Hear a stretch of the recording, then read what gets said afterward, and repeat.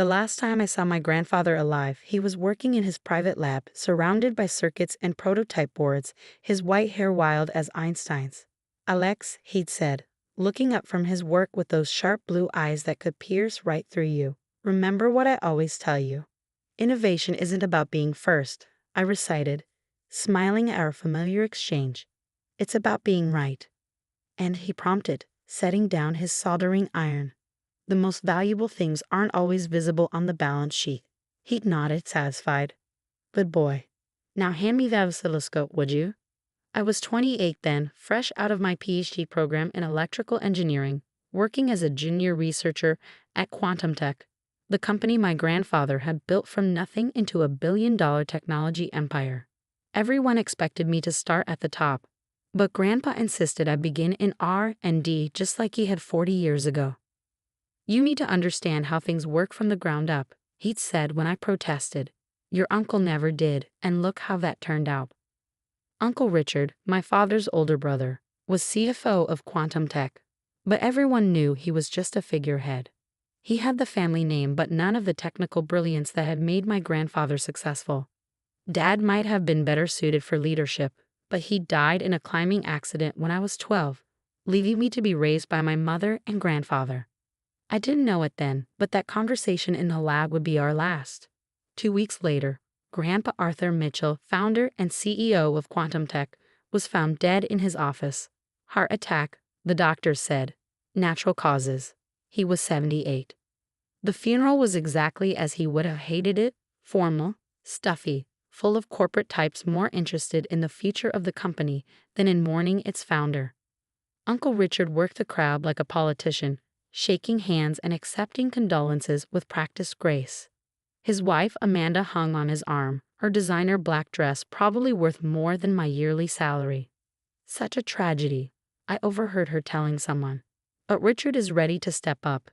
The company needs strong leadership now. I stood in the back, uncomfortable in my dark suit, missing the casual conversations Grandpa and I used to have over circuit boards and coffee. My mother squeezed my hand, understanding as always. He was so proud of you, she whispered. Never forget that.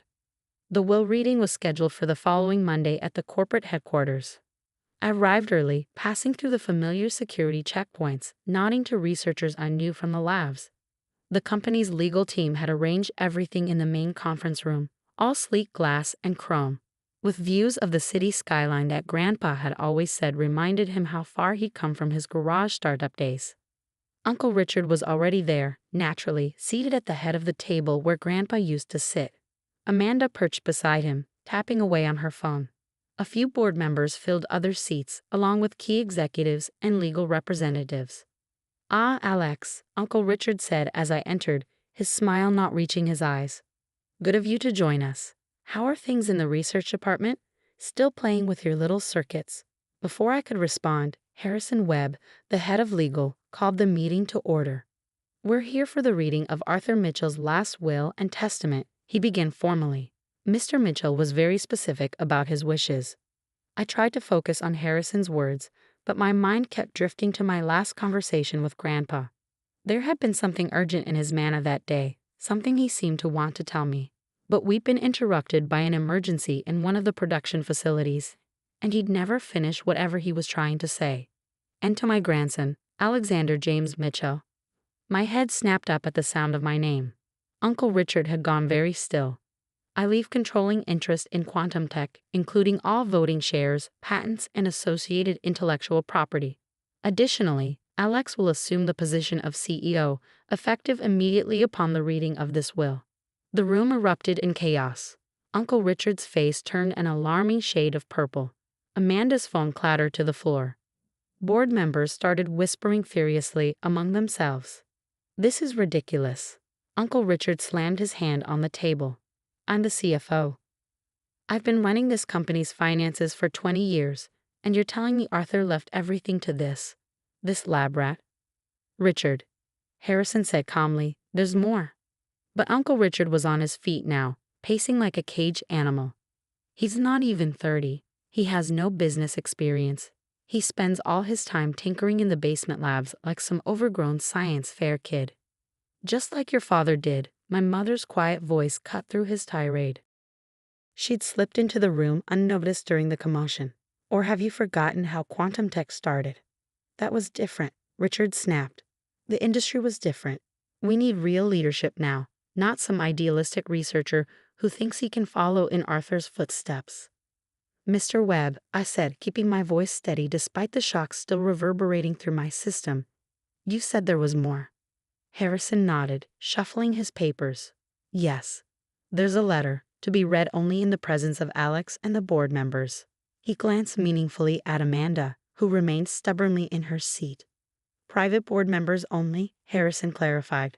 Amanda gathered her things and stormed out, shooting me a venomous look as she went.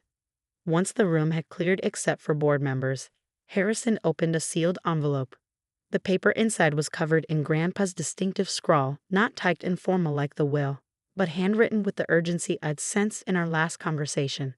To the board of directors and my grandson Alex. Harrison read. If you're hearing this, then I ran out of time to tell you in person. Quantum tech is on the verge of something revolutionary. The work we've been doing in Lab Zero. Lab Zero? One of the board members interrupted. There is no Lab Zero. Oh, but there is. Harrison continued reading. Hidden beneath the main research facility. Only Alex and I knew about it. Inside, you'll find a future of quantum computing. A breakthrough that will change everything. But there are people who would kill for this technology, including some very close to home. The lab is secured with biometric locks keyed to Mitchell DNA. Alex, you'll know what to do when you see it. Trust no one until you understand everything. And Richard. Harrison paused, looking uncomfortable. What? Uncle Richard demanded. What did he say about me? I know what you've been planning with Global Tech. I have proof. Alex checked the safe in my private lab. The password is your father's birthday. The room fell silent. Global Tech was our biggest competitor, a tech giant that had been trying to acquire quantum tech for years. Any dealings with them would be a massive breach of corporate trust. This is insane, Uncle Richard said, but his voice had lost its anger, replaced by something that sounded almost like fear. Arthur was clearly losing his mind at the end. Hidden labs. Corporate espionage. He was paranoid. Nevertheless, Harrison said, these are his legal wishes. Alex is CEO, effective immediately. And given the serious nature of these allegations, I recommend a full audit of all executive communications and financial transactions. Uncle Richard stormed out of the room, nearly bowling over an assistant in his haste. The board members gathered their things, some offering me congratulations, others looking skeptical. Soon only Harrison, my mother, and I remained. Alex, Harrison said quietly, your grandfather added something else, for your eyes only. He handed me a small envelope. Inside was a single piece of paper with just one line. The quantum key is in the music box. Be careful who you trust. The music box. I knew exactly which one he meant. A handmade wooden box that had sat on his desk for as long as I could remember. It played our favorite back piece, the one he taught me to play on piano when I was young. I need to get to his private lab, I said, standing. Now. But as I would soon discover, I wasn't the only one with that idea. The security logs would later show that Uncle Richard had accessed the lab just minutes after leaving the conference room. What they wouldn't show was what he took, or what he was planning to do with it. My grandfather's private lab was exactly as I remembered it from our last conversation. Organized chaos of circuit boards, testing equipment, and handwritten notes in his distinctive scrawl. Except for one thing, the music box was missing from his desk. Someone's been here, I said, noting the disturbed dust pattern where the box should have been. Recently. Harrison Webb, who had insisted on accompanying me, pulled out his phone. I'll check the security logs. Yes, Richard accessed the lab 12 minutes after leaving the meeting. My heart raced as I approached the wall safe hidden behind a vintage vacuum tube diagram. One of Grandpa's favorite pieces of scientific history. The combination was indeed my father's birthday, 03 to 1772. Inside, I found a thick folder labeled Global Tech and a tablet computer I'd never seen before. The folder contained emails, financial records, and photographs that made my blood run cold. Uncle Richard had been secretly meeting with Global Tech executives for months, providing them with confidential quantum tech research data. But it was the tablet that held the real bombshell. "These are security recordings," Harrison observed as I swiped through the files. "From cameras I didn't know existed." The footage showed Uncle Richard in numerous clandestine meetings, not just with global tech executives, but with people I recognized from our own board. He was planning a hostile takeover, one that would have stripped Grandpa of control over his own company. "That's why he changed the will," I murmured. "Grandpa found out about the conspiracy." But where was the music box? And what was this quantum key Grandpa had mentioned? A commotion outside the lab drew our attention. Through the glass walls, I could see security guards rushing toward the research wing. My phone buzzed with an alert. "Unauthorized access attempted in Sublevel B." "Sublevel B doesn't exist," Harrison said, frowning at his phone. I smiled grimly. "Yes, it does. Lab 0. The hidden lab's entrance was exactly where I'd expected, behind a seemingly solid wall in the basement level, accessible only through a biometric scanner disguised as a circuit breaker panel. As Harrison and I descended the stark white staircase, accompanied by 2 security guards, I could hear voices echoing from below. "It has to be here somewhere." Uncle Richard's voice, tight with desperation. "Search everything." We emerged into a vast laboratory space that would have made any tech company jealous. Quantum computing arrays lined the walls, their cooling systems humming quietly. In the center of the room stood Uncle Richard, the missing music box in his hands, surrounded by 3 men I recognized from Global Tech's executive team. "It's over, Richard," I called out, making them all jump. "Step away from the equipment." "Alex," he tried to hide the music box behind his back, like a child caught stealing cookies.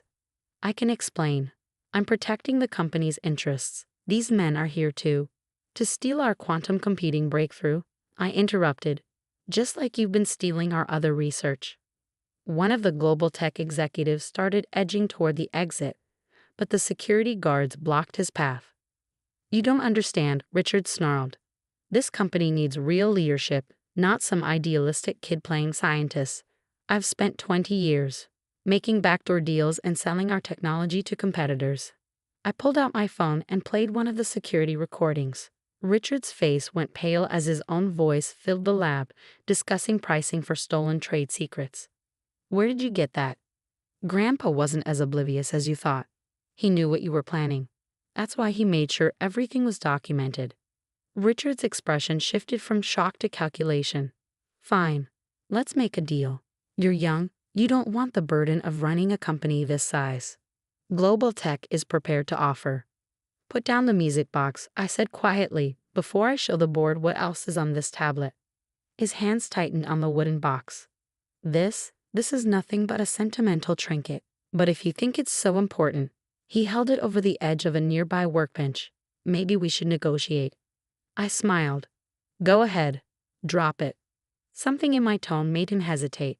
"What do you mean?" "The quantum key isn't in the music box, Uncle Richard. That was just Grandpa's way of identifying who we couldn't trust. The real breakthrough." I gestured to the quantum arrays humming around us. "It's already integrated into every system in this lab. Has been for months." "You're bluffing," one of the Global Tech executives said. "Our sources say the technology isn't operational yet." "Your sources," I said, walking over to a terminal, "were as reliable as your ethics." I typed in a command, and the screens around the lab lit up with a familiar back melody translated into quantum algorithms. "Grandpa and I completed the final tests 3 weeks ago." The patent applications were filed the next day. Richard's face contorted with rage. He hurled the music box at my head, but one of the security guards caught it mid-air. Within minutes, the lab was swarming with police and FBI agents. Harrison had quietly called them while I was keeping everyone distracted. "You'll regret this," Richard spat as he was led away in handcuffs. "You're nothing but a lab rat playing at being CEO." I picked up the music box, miraculously unharmed. "No, Uncle Richard. I'm exactly what Grandpa knew I could be. Someone who understands that real innovation isn't about being first, it's about being right." The next few weeks were a blur of legal proceedings, press conferences, and corporate restructuring. The evidence against Richard and his conspirators was overwhelming. The board, once they saw the security footage and financial records, voted unanimously to support my leadership. Quantum Tech stock actually rose when the news broke, The market apparently appreciated a CEO who could protect corporate secrets and innovate at the same time. The quantum computing breakthrough, when we officially announced it, exceeded even our most optimistic projections. 1 month after the confrontation in Lab Zero, I sat in what was now my office, the music box restored to its place on the desk. My mother had just left after helping me hang a new piece of art. The vintage vacuum tube diagram that had hidden Grandpa's safe, now framed and mounted where I could see it every day. A knock at the door interrupted my thoughts. It was Dr. Chen, one of our senior researchers, practically bouncing with excitement. "Alex, the quantum network test results, they're even better than we predicted. Your grandfather's theories about quantum entanglement were spot on." I smiled, remembering all those late nights in the lab with Grandpa, discussing theories that seemed impossible then. "Show me," I said, following her toward the research wing. As we walked, we passed the wall of CEO portraits. Grandpa's photo was there now, right next to where mine would eventually hang. His eyes seemed to twinkle with that familiar mix of mischief and brilliance. "Innovation isn't about being first," I whispered. "It's about being right." And somewhere I was sure Grandpa was smiling. In the months that followed, quantum tech flourished under the new direction. We expanded the research division, established a foundation to support young scientists, and created a mentorship program that would have made Grandpa proud. Uncle Richard and his co-conspirators face federal charges for corporate espionage and fraud. The music box still sits on my desk, playing Batch whenever I need inspiration. Inside, where Richard never thought to look, is an old photograph of Grandpa and me in his original garage lab. Both of us covered in solder burns and grinning like mad scientists. On the back, in his handwriting, is the real key to everything. The most valuable things aren't always visible on the balance sheet: love, trust, and the courage to do what's right. Never forget where we came from, and never stop looking toward where we're going. Love, Grandpa. Sometimes, late at night when I'm working in Lab Zero, I swear I can feel his presence in the hum of the quantum arrays, in the elegant dance of electrons and algorithms, in the endless possibility of discovery. And I know that while Richard saw only dollar signs and corporate power, Grandpa saw something far more valuable: the future and someone he trusted to guide it. Innovation isn't about being first, it's about being right. And sometimes being right means honoring the past while building the future, one quantum bit at a time.